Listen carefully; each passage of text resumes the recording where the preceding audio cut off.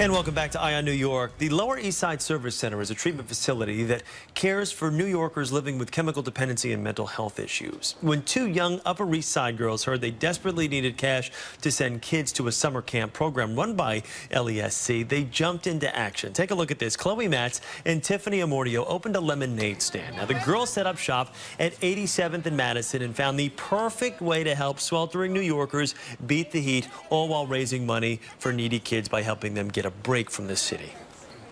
We're doing this to raise money to this camp because we feel bad for the kids who can't go to camp.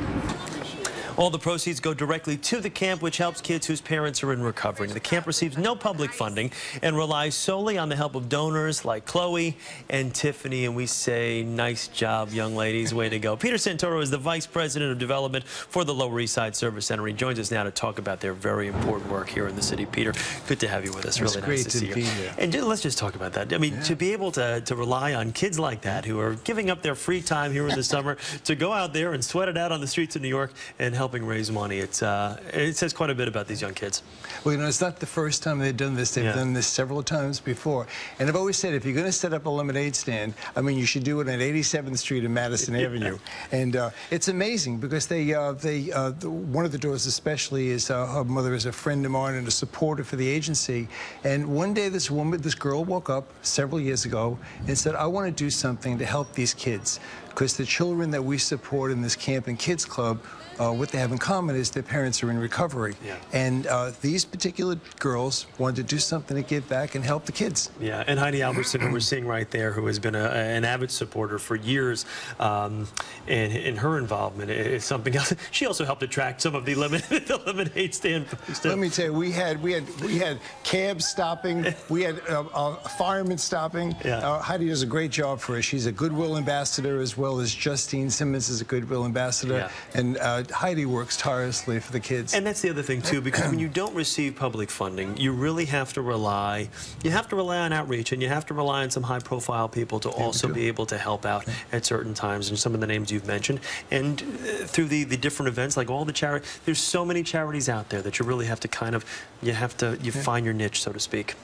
Well, you know, the Lower East Side Service Center has been in business for 53 years and started in a storefront in the Lower East Side 53 years ago when the Lower East Side was not the way it is today. It was not a fashionable place to be. And there were drug addicts on the street. It was a sea of drug addicts. And one of the gentleman who's actually our president and CEO today, Herb Barish, did outreach. And the outreach was very simple. He used to go on the corners and approach people that had a problem with drugs, bring them into the Lower East Side Information Center, and that agency that started on the storefront is now has a major presence in this city. And now we have actually a mobile unit doing 21st century outreach to the deprived areas. Incredible. That's incredible. Can we talk about your involvement? I mean, what was it that drew you to LESC and the years of service that you've committed?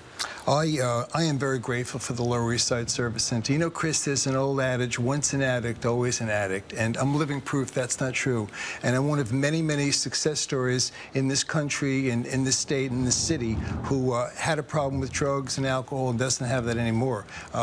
21 years ago, when I really fell in a very hard bottom and lost everything, I didn't know what to do. And to make a very long story short, I was suggested that I go to one of their programs, a residential treatment facility on the Lower East Side, and it was sort of a last stop. I had lost everything in life, and I lived in this facility for several years. And not only did I get sober, but I have gotten sober and managed to stay sober. Several years after I graduated this program, I gave back in some way of raising clothes for the residents that live in our programs and raising some small amounts of money, and I became a member of Board of Trustees. I served as a member of the Board of Trustees for 12 years, of which the last 4 of the 12 years I had the pleasure of being chairman of the board. And I'd say about 5 or 6 years ago, we decided to enrich what we do, our goal being to interrupt that vicious cycle of addiction and work with children. And we have this camp and this kids club that we started, this year-round kids club, which is anchored by a sleepaway camp, now this year a day camp for the kids. Well, what I did was I resigned my position as an art consultant in the city, and I resigned my position as chairman of the board, and I took a position as vice president of development. So I wanted to do this. I wanted to do this full time. So I mean, what I'm saying is, I went from being a resident in one of our programs to today being an executive with the organization. And living proof, and I'm sure your story resonates with the people that do come to the home right now, that, hey, you know what, I was where you are right now, and look what I've been able to do with my life. And do they receive that message? Do a number of the men and women? I mean, whether I'm speaking on air today or I go to any of our number of programs we have, the one thing I have to offer is hope. There is hope. And there are places that can help you. Our organization is very diverse. We deal with, as you said in the introduction, we deal with people who have a substance abuse problem. We deal with people that have HIV/AIDS. We have a permanent supportive housing. We also have a mobile unit, as I said, that goes into the communities and helps people. Well, Peter, we thank you for being with us. We wish you the best continued success. And it is an amazing story, and an amazing service for people out there. Peter Santoro with the Lower East Side Service Center. And thank you very much. And we'll be right back. Stay with us. You're watching Eye on New York.